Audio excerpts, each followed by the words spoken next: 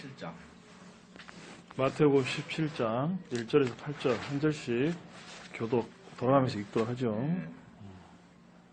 엿새 후에 예수께서 베드로와 야고보와 그 형제 요한을 데리시고 따로 높은 산에 올라가셨더니 그들 앞에서 변형되사 그 얼굴이 해같이 빛나며 옷이 빛과 같이 휘어졌더라. 그때 모세와 엘리야가 예수와 더불어 말하는 것이 그들에게 보이거늘 베드로가 예수께 여쭈어 이르되 주여 우리가 여기 있는 것이 좋사오니 만일 주께서 원하시면 내가 여기서 초막 셋을 짓되 하나는 주님을 위하여 하나는 모세를 위하여 하나는 엘리야를 위하여 하리이다. 베드로의 말이 채 끝나기도 전에 빛나는 구름이 그들을 덮고 구름 속에서 이 사람은 내가 사랑하고 기뻐하는 내 아들이다. 너희는 그의 말을 들어라 하는 음성이 들려왔다. 제자들이 듣고 엎드려 심히 두려워하니 예수께서 나와 그들에게 손을 대시며 이르시되 일어나라 두려워하지 말라 하시니 제자들이 눈을 들고 보매 오직 예수 외에는 아무도 보이지 아니하더라. 아멘. 이번 주 설교 제목이 뭐죠? 사람은 변할 수 있는 것. 네, 사람은 변할 수 있는가. 그 설교 제목을 잘 보시면 그 설교의 내용의 주제를 알 수가 있어요, 그죠? 그러니까 사람은 변할 수 있는가. 그 혹시 목사님께서 설교하신 내용 혹시 기억나시는 거 있으시면 한번 이야기를 해보시죠. 변화를 맛볼 수 있는 것은 용기가 필요하다. 그러니까 용기가 없으면은 사람이 변하지 않는다 이렇게 이제 말씀하시니 그건 맞는 것 같아요. 왜냐면은 용기가 그러면 용기를 얻어야 되는데 용기를 얻으려면은 내 자신이 뭔가가 다른 사람한테 인정을 받을 만한 뭔 가치가 있어야 된다 이렇게 들었습니다. 아닌가? 아닌 것 같은데. 뇌물을 하신 것 같아요. 잘못하셨는데, 그거. 그거 아니라고 했는데. 아니라고 남한테 인정받으려고 하면 안 된다고 말씀하신 건데. 뭐 혹시 다른 것도, 우리 조임사님 잘 들으셨으니까 생각하시는 거 이야기해 보시죠. 적었는데 무슨 말인지 모르겠네. 아까도 그 박 집사님 얘기하신 것 같은데 용기가 있어야 진짜 변화를 누릴 수 있다. 이것도 말씀하셨고요. 근데 분명히 사람은 쓸모가 있다고 느낄 때 용기를 얻는다 이렇게 나왔거든. 내가 적었거든. 그렇죠. 근데 아까 얘기한 거 틀리나? 그래 변화가 된다 근데 용기를 쓸모가 그건 있다. 맞았어요. 근데 뒤에 쓸모가 이제, 있다. 용기를 얻는다. 네. 변화된다. 용기를 얻었으면 변화된다. 우리 주사님 혹시 생각나시는 거 있으면 한마디만. 느껴졌으니까 별로. 설교 내용 설교 내용 한마디만 생각나시는 거 있으시면. 사람은 변할 수 있는가요? 이거 저기잖아 제목도. 아니, 안 합니까? 글쎄 모르겠네요. 그러세요. 왜 몰라. 모르면 모른다. 이번 주 예배는 꼭 적어보겠습니다. 네. 아니, 저도 실은 안 적었어요? 저는 말씀드릴게요. 저는 느낌이 목사님의 그 톤과 그 표현이 좀 격했다. 앞에다 과자를 하나 보면 과격했다. 이런 부분에서 요즘 이번 주 설교가 그랬었나 좀 과하게 팍 이렇게 하시는 부분을 내가 체크했어요. 그대로 여기 적었네. 제가 이 말씀 드리냐면 제가 김해를 내려갔잖아요. 저 이거는 없으니까 네. 생각을 했는데 아무 생각이 안 나는 거야. 그래서 제가 어플로 다시 들었어요. 이제 한 목사님 설교를 어떻게 들으시면 좋냐면 그러니까 단어나 개념 중심으로 들으면 이해가 빨라요. 그냥 그분 설교 스타일이 이렇게 이제 성경 욕심? 성경 중심인데 어떤 개념들을 이렇게 딱 정리해서 체계적으로 전달하는 스타일들은 항상 어떤 개념을 가지고 단어를 가지고 설명을 하시거든요. 그래서 오늘 이제 그 설교를 들으면서 제가 이제 첫 번째 예배 드릴 때는 제가 그렇게까지 들을 수가 없잖아요. 한 번 듣는 거기 때문에. 근데 두 번째 들으면서 제가 이제 이렇게 전달을 해야 되는 입장이니까 주의 깊게 한번 들어봤어요. 그랬더니 딱 네 단어더라고요. 여기 성경 속에. 아니, 이제 설교의 내용에 딱. 네 네 단어. 단어. 중심 단어다. 예, 그게 뭐냐면, 변화. 변화되는 거. 말씀하셨고요. 두 번째 말씀하신 게 뭐냐면, 용기. 용기. 예, 말씀하셨잖아요. 그죠? 그 다음에 뭐죠? 수평적. 하시면서 형상. 하나님의 형상. 예, 그러니까, 네, 맞아요. 형상. 그죠? 그러니까, 예, 예. 중간에 하나 빼먹었어요. 지금 나도 지금 잊어버렸어. 순간에 이게 적어야 되는데 잊어버렸는데 변화가 되려면 변화가 되고자 하느냐 이렇게 물어보셨거든요. 실제 인간이 변화되느냐 이렇게 물어보셨잖아요. 변화되는 인간이 변하냐 이렇게 물어보셨어요. 변하고 싶거든 용기를 내야 된다. 용기를 얻어야 한다. 용기를 받아야 된다. 내야 그렇죠. 된다. 용기를 내야 용기를 된다. 내야 한다. 근데 그 앞에 한 가지 빼먹었는지 생각났어요. 존귀한 존재? 아니. 아니요. 여러분들이 변하고 싶지만 실제적인 변화를 마음만 가지고 안 된다. 경험이 필요하다. 맞아요. 그러니까 생각나. 그렇죠. 이 생각나시죠 이제. 변화하고자 한다면 마음만 가는 게 아니라 경험을 해야 된다. 경험. 맞아요. 그래서 변화 다음에 다음 단어는 경험이에요. 경험. 경험을 하고자 하면 어떻게 해야 되느냐? 용기가 있어요. 용기를 내야 된다. 용기를 내야 된다. 용기가 필요하다. 참 용기는 뭐냐? 남과 비교해서 그 용기를 취하는 게 아니라 아까 집사님이 이제 비교해 거기서 이제 잘못 핀트가 맞아버렸는데 비교해서 용기가 아니라 나는 하나님 형상으로 창조된 인간이고 존귀한 존재. 존귀한 존재고 존재다. 마찬가지로 내 반대편에 있는 분도 존귀한 존재. 존귀한 존재로 하나님의 형상으로 창조되어진 존귀한 존재다. 그런 존귀한 존재를 인정함으로써 사랑함으로써 변화되는 거다. 내 자신이 변화되는 거다.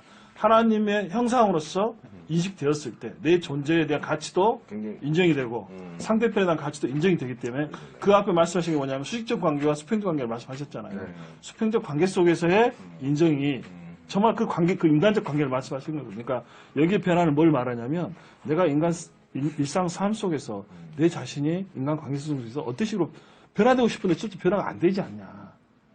그걸 말씀하시거든요.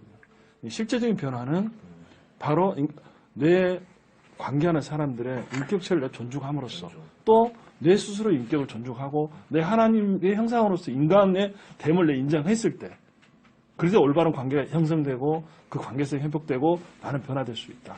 이게 이제 키포인트로 말씀하시는 거예요. 그래서 네 단어만 기억하면 변화, 그 다음에 뭐죠? 용기. 아니, 경험. 경험, 그 다음에 용기, 그 다음에 형상. 형상. 네, 하나님 형상.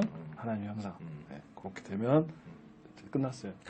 완전 그래서 목사님 설교가 30분인데 완전 핵심이네. 요거 네 마디만 딱 치르면 그냥 설교가 딱 이렇게 그냥 딱 끝날. 예. 그러네. 지금 들어보니까 수평적, 수직적 나왔어. 그러니까 상하관계를 두지 말라는 거 아니야. 서로서 얘기할 때. 그지? 그렇죠. 예. 그 똑같은 존엄한 존재된 것이. 그 아, 사람의 근데 뭐 수평적 수직적으로 어떤 뭐 지식이나 뭐 경험 안전하게 이런 걸 나왔어. 보지 말고 그래? 똑같은 존재, 똑같은 관계, 수평이다 이거죠. 그걸 얘기하는 거지. 예, 예.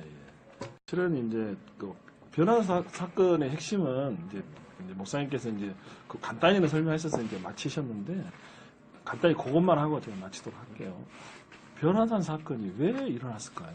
왜 어떤 의미를 줄까요? 일단 왜 일어났을까요? 이런 의미예요. 예수께서 왜 제자들을 데리고 올라가셔서 변화산 사건에서 세 제자를 데려갔어요. 누구 데려갔어요? 요한, 네, 베드로, 야고보.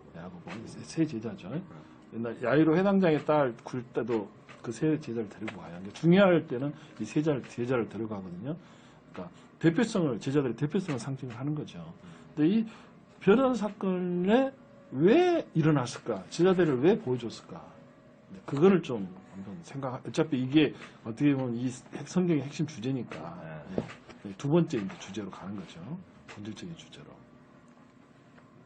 왜 일어났을까? 네. 왜 저는 그동안에 예수님께서 육신의 이제 몸으로 오셔가지고 제자들한테 그 어떻게 좀 변화된 모습을 한 번도 안 보여주셨거든. 그래서 이제 쉽게 생각 변화된 모습인데, 그러니까는 육신으로 오시면 그저 그냥 선생님 아니면은 존경 대상 이렇게 제자들이 하나님으로 여기지 않으시고 그냥 예수님은 그냥 우리 인간에서 가장 모범적이신 분으로 이렇게 선생님 정도로 이렇게 제자들이 자꾸 그런 걸 느끼는 것 같아요. 느끼는 걸 같아서 고백은 했지만은 물론 베드로도 고백을 했지만은 그래서 한번 변화선에 좀 모처럼 딛고 가서 야 너희들이 나를 어떻게 생각하냐 전부 진가를 보여주려고 뻔때를 좀 잠시 좀 보여주시려고 하나님 모습으로 이렇게 좀 이렇게 변화된 게 아닌가. 그러면서 제자들이 거기서 아주 수그러지고 하나님 음성을 듣고 정말 그 예수님을 다시 변화된 모습을 보고서는 그때 많이 좀 마음이 바뀌지 않았을까. 그런 그렇죠. 걸 보여주기 위해서. 주장님 설명을 참 잘하셨어요, 그죠? 네. 그죠. 예수께서 육신 옷을 입었기 때문에 하나님이시라는 거를 어떤 이적적 표현만 가지고는 할 수는 하기가 참 어렵잖아요, 그죠? 그래서 이제 예수님께서 당신이 정말 하나님이심을 이렇게 제자들한테 이제 가르치시는 거죠. 그런 의미로 그래서 베드로후서 1장 16절 한번 보시죠. 다 찾으셨죠? 같이 읽어봅시다. 시작. 우리 주 예수 그리스도의 능력과 강림하심을 너에게 알게 한 것이 교회에 만든 이야기를 따른 것이 아니요 우리는 그의 크신 이름을 친히 본 자, 즉히 큰 영광 중에서 이런 소리가 그에게 나기를 이는 내 사랑하는 아들이요 내 기뻐하는 자라 하실 때 그가 하나님 아버지께 존귀와 영광을 받으셨느니라. 이 소리는 우리가 그와 함께 거룩한 산에 있을 때 하늘로부터 난 것을 들은 것이라. 그러죠? 그러니까 베드로가 이제 나중에 자기 고백을 한 거예요. 네. 그러니까 성경이 이게 맞죠? 네. 소위 말하는 아다리가 맞잖아요. 서로가. 그죠? 이쪽으로. 예. 그러니까 아마 이렇게 했을 거예요. 야고보 사도는 좀 빨리 죽었잖아요. 그죠? 그 헤롯 때문에 죽게 됐잖아요. 그죠? 그래서 아마 베드로 사도가 이제 이나 요한 사도가 특히 이제 베드로 사도가 아마 이 변호사 사건에 대해서 예수께서 죽으신 후에 이제 말하라 이렇게 말씀하셨거든요. 이제 그래서 부활하신 후에 이제 이야기를 하라 그래서 베드로 사도가 아마 이제 그 후에 이제 제자들에게 예수 그리스도 변한 사건을 아마 가르쳐 줬을 거예요. 그걸 보고 이 성경에 이제 누가복음이 나오고 마태복음이 나오고 마가복음이 나오거든요. 다 나와요. 세 군데 복음에서. 그래서 제자들이 이제 공히 그걸 듣고 이제 기록을 했을 거예요. 그리고 이제 베드로는 나중에 이제 실제적으로 이제 베드로후서를 기록하시면서 보면은 뭐냐면 우리 주 예수 그리스도의 능력과 강림하심을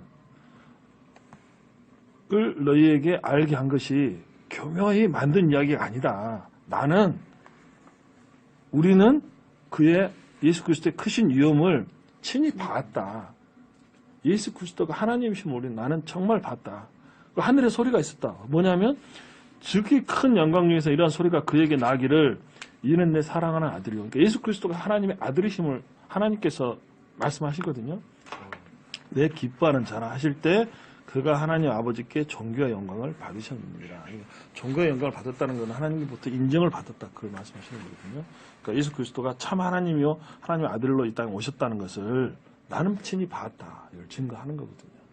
그러니까 이제 사도들은 항상 그 복음을 선포할 때 나는 예수 그리스도의 증인입니다. 이렇게 선포를 해요. 나는 봤다. 증인이다. 우리는 그 증거를 우리는 또 말씀을 통해서 본 거거든요. 우리는 예수 그리스도의 우리는 그의 증인이에요. 그러니까 너희들은 예수 그리스도의 증인된 삶을 살아라. 그거거든요. 실제의 삶들. 그러니까 성경에 이 성경의 말씀은 예수께서 사도들에게 복음을 주셨고 그 복음을 사도들이 전파한 복음을 우리가 받은 거예요. 그러니까 우리는 예수 그리스도 제자이기도 하지만 그 사도들의 제자이기도 해요. 그러니까 교회는 사도들의 터 위에 있다고 사도 바울이 말씀하시거든요. 사도들이 전한 복음의 터 위에 있는 거예요. 그러니까 복음을 우리가 인정하고 복음을 믿는 그 믿음이 참 믿음인 거예요. 그러니까 성경 말씀에 대해서 확실히 믿는 그 믿음. 그러니까 그 사도가 이제 이야기하는 거예요. 너희들이 정말 뭐 이야기하지만 나는 정말 예수 그리스도 하나님이심을 난 진짜 내 눈으로 봤다. 사도 바울도 고백하잖아요. 하늘에서 빛이 비치고 예수께서 정말 나에게 나타나서 내가 정말 나는 봤다 예수님을. 마지막으로 예수님 본 거거든요. 사도 바울이. 그래서 바뀐 거거든요. 사도 바울의 정후가 완전히 바뀌어버리잖아요. 그러니까 인생에 있어서 바뀐 실제적으로 우리도 예수 그리스도를 만났기 때문에 우리가 바뀌는 거거든요. 말씀을 통해서 우리의 삶들이 이제 변화의 본질을 잠깐 제가 이야기하고 좀 싶었어요. 실은 이 예능을 끝냈고요. 내가 예수 그리스도 만난 전과 만난 후가 정말 바뀌었는가? 저도 한번 생각을 해봤어요. 변화 통해서. 그러니까 실제적으로 변화가 있죠. 우리 집사님은 이제 변화가 예수를 참 늦게 예수 제일 늦게 믿으셨죠. 집사님이. 내가 제일 늦게 믿었어요. 그러시죠. 집사님은 되게 많이 평안하죠. 10년 10년밖에 안 됐습니다. 아, 10년밖에 안 되셨어요. 한 5년밖에 안 된 줄 알았는데. 10년이 굉장히 오래되셨구나. 그래도 금방 지나간 것 같아. 그러네요. 예, 엊그저께 같은데 내가 들어온 지. 집사님은 많이 좀, 변화되죠. 아직도 아직 멀었어요. 근데 이제 믿기 전과 믿기 난 후가 생각이 많이 바뀌셨죠. 많이 바뀌었죠. 그렇죠. 네. 생각이 바뀌었죠. 생각도 바뀔 뿐만 아니라 네. 믿기 전에는 뭐 아무것도 없다. 뭐 귀신도 없고 하나님도 안 계시고 다 마음이 약한 사람들만 믿는 것이다. 의지가 약하고 불안하니까. 근데 그게 아니더라고. 이건 확실하게 이제 계시다는 걸 느끼지. 예. 그런데도 충실하게 말씀대로 못 사는 게 문제지. 그래. 그럼에도 이제 목사님이 말씀하신 대로 그 삶의 변화는 한 번에 되지는 않아요. 여러분도 말하지만 그게 조금씩 바뀌어가는 거거든요. 우리 죽을 때까지 우리는 바뀌어가는 거예요. 그 삶의 선상에서 가는 거예요. 이렇게. 항상 우리가 그 삶들을 정말 서서히 변화되는 모습. 나는 몰라요.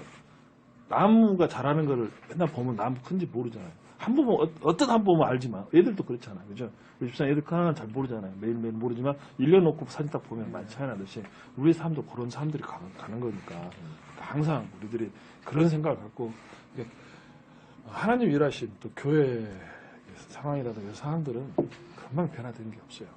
꾸준히 가야 돼요. 그러니까, 몇 년, 10년, 때로는 내 죽을 때까지, 아니면 뭐, 우리 다음 세대까지 갈 수도 있어요.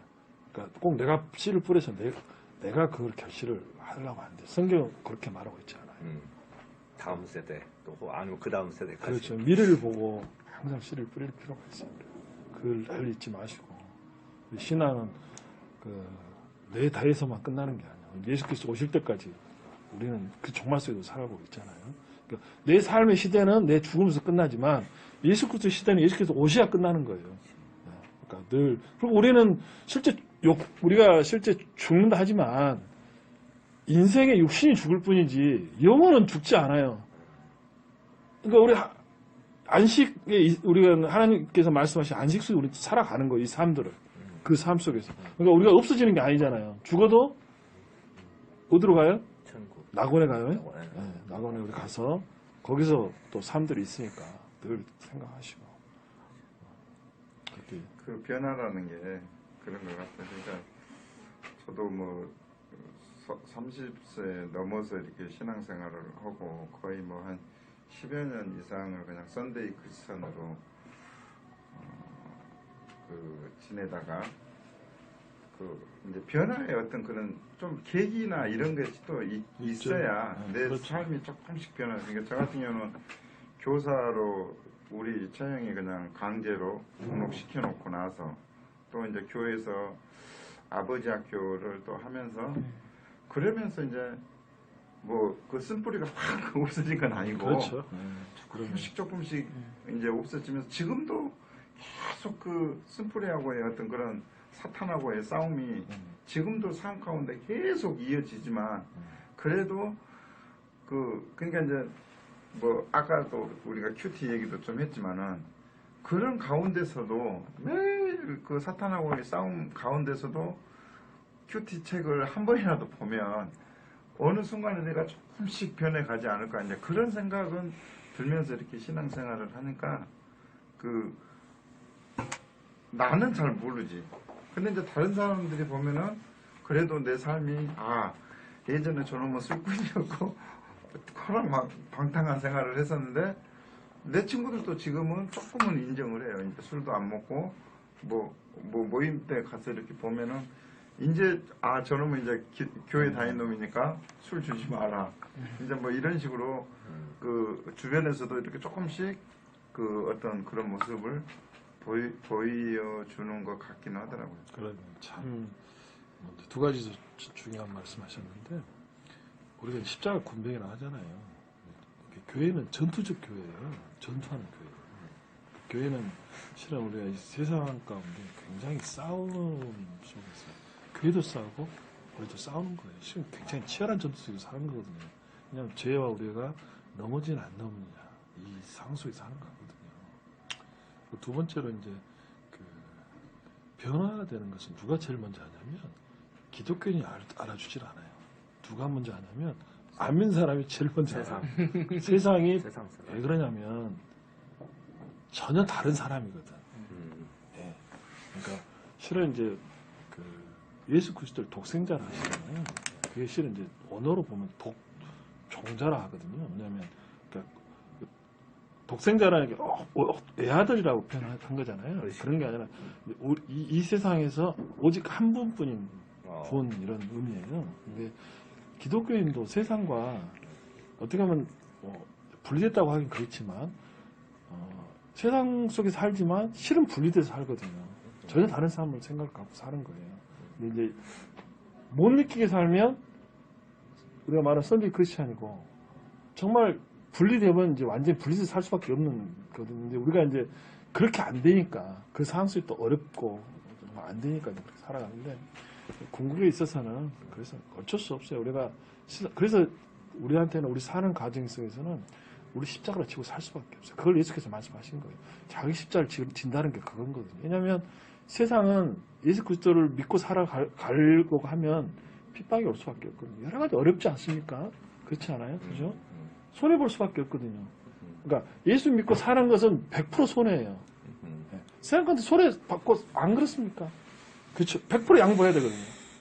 그거 100% 내가 져야 되고 100% 내가 싫은 소리 하면 안 되고 손해봐야죠. 100% 손해봐야 돼요. 세상은 어떻게 어떻게 날 속이잖아요. 그렇지. 우리 집사람들 이번 일 해보셨어요? 알 거 아닙니까?